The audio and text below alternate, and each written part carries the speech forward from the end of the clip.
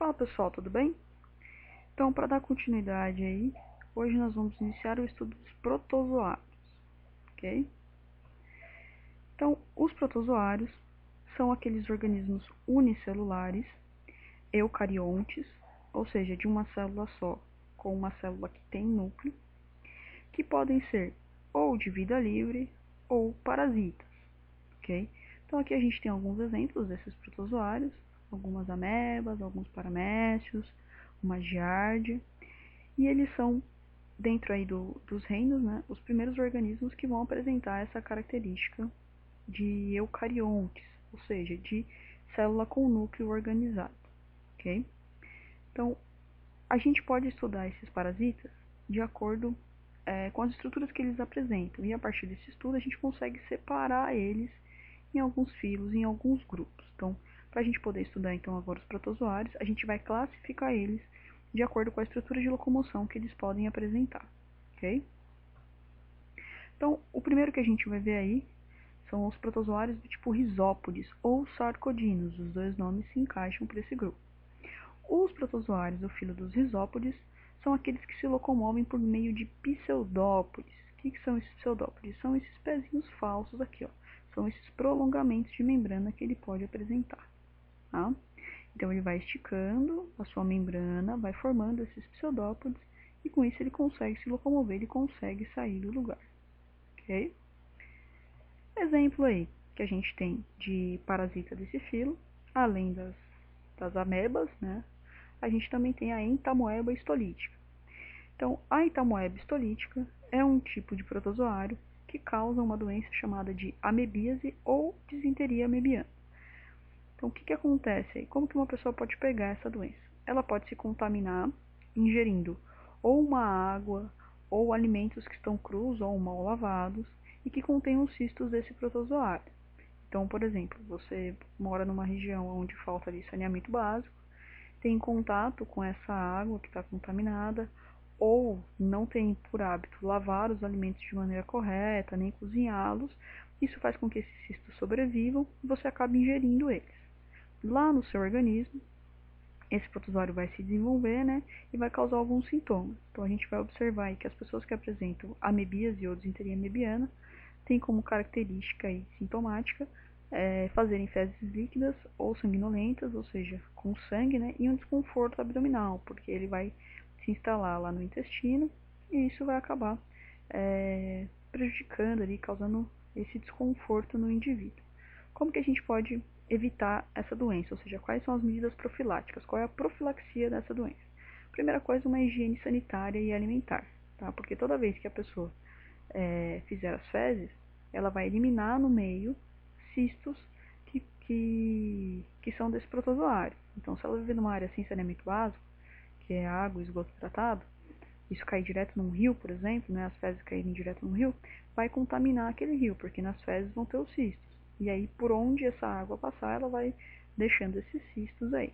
Então, tem que tratar as pessoas que estão doentes para que elas não continuem o ciclo da doença, né?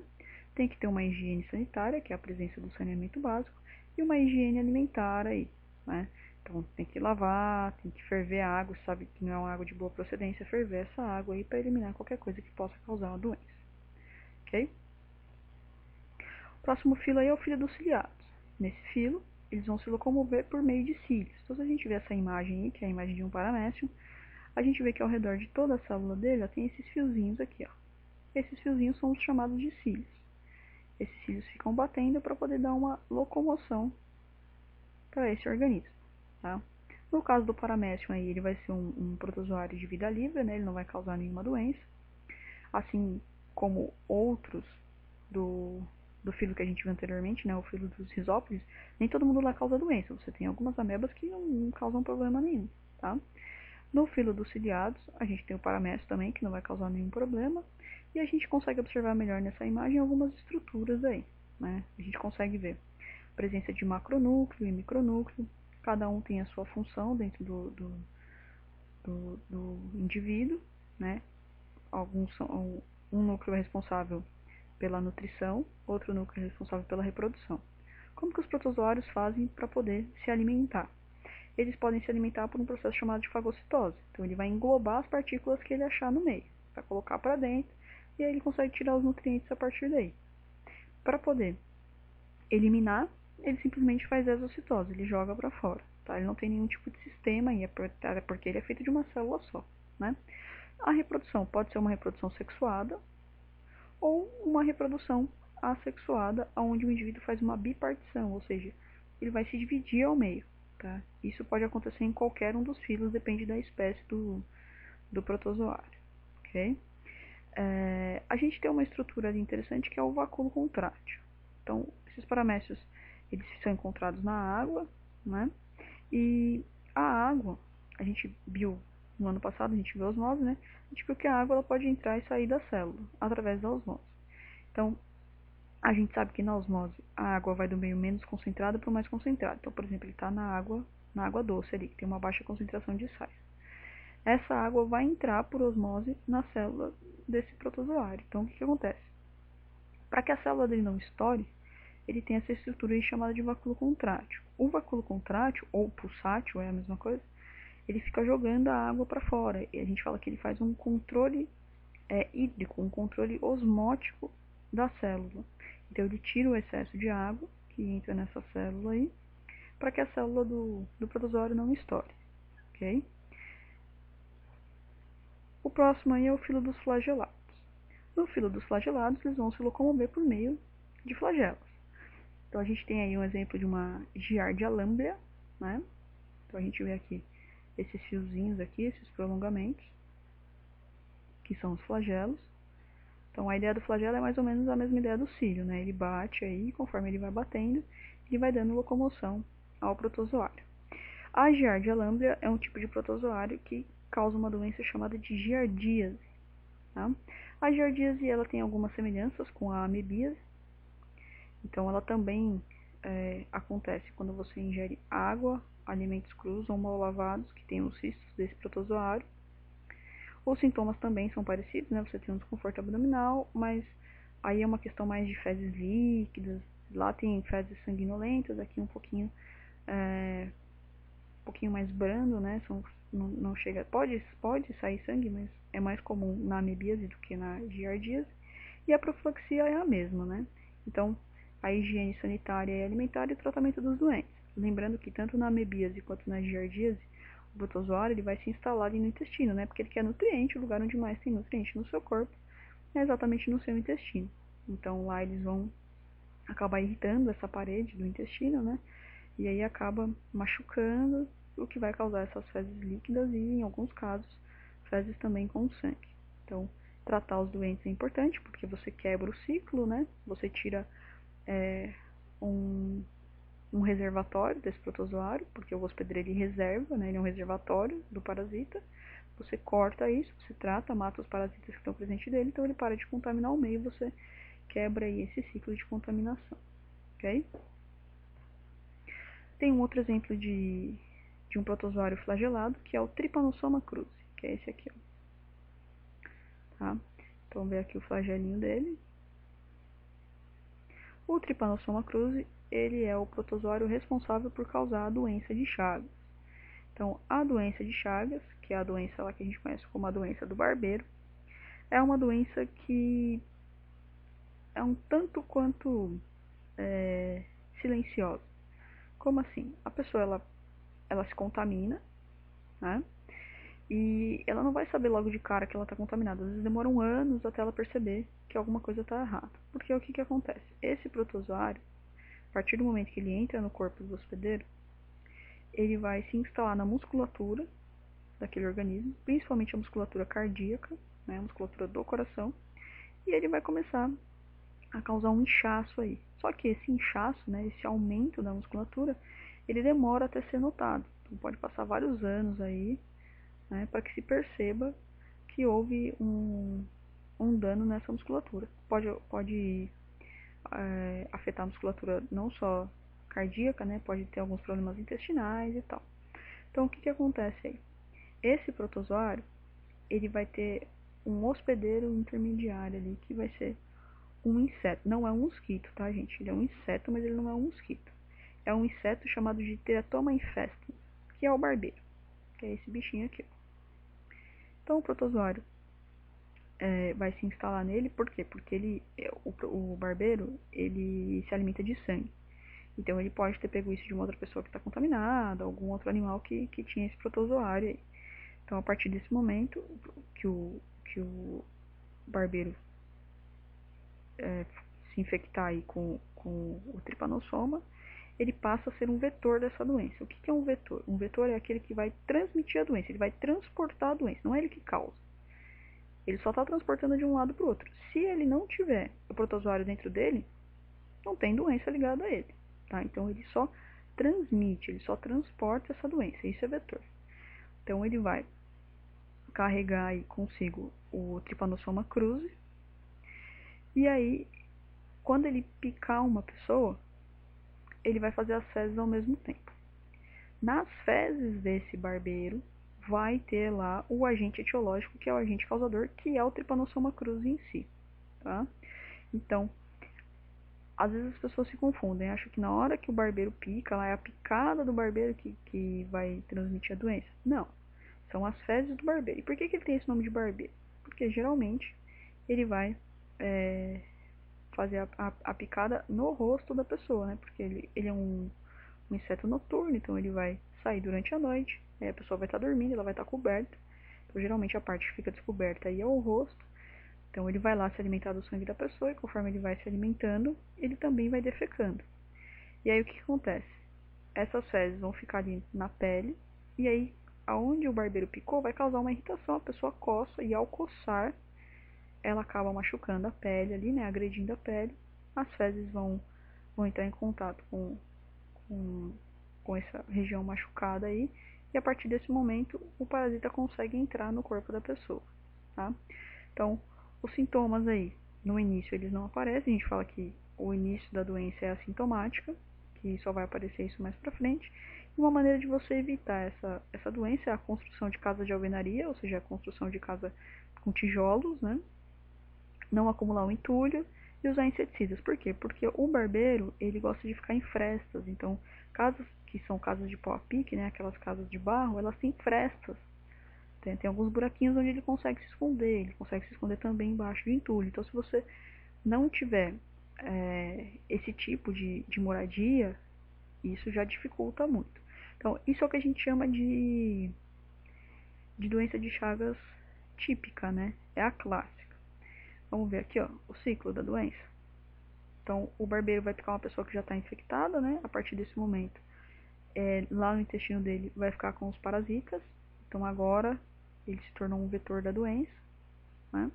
Lá dentro dele, esses parasitas se reproduzem no intestino, né? E aí o que vai acontecer? Ele vai picar uma outra pessoa e aí conforme ele vai se alimentando do sangue dessa pessoa, ele vai liberar as fezes. Quando a pessoa coçar, vai se infectar aí com o Trypanosoma cruzi. Aí os parasitas vão para primeiro ali na célula da pele, né? Que é onde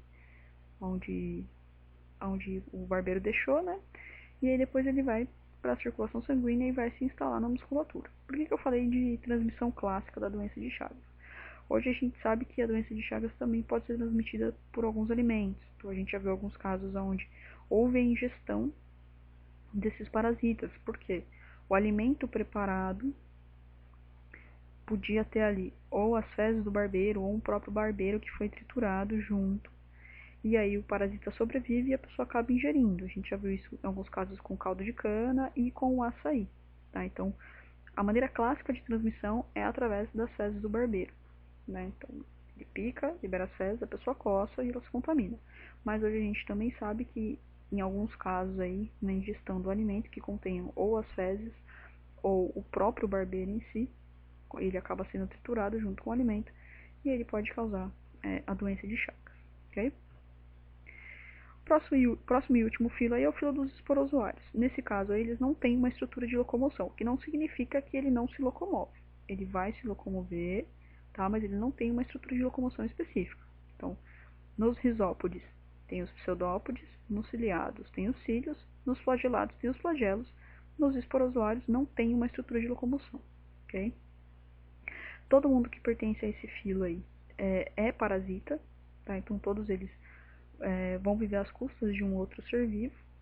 E o que a gente tem aí é o Plasmodium, que é o causador da malária, ok? Então, o que acontece? O Plasmodium,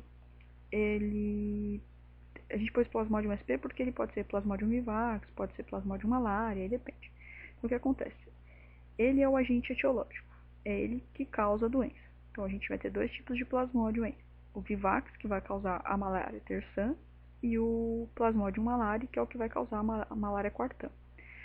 Então, nesse caso aí, o que a gente tem como vetor? Um mosquito, aí sim. Então, quem vai transmitir a doença é um mosquito, que é o Anopheles, que é chamado também de mosquito prego.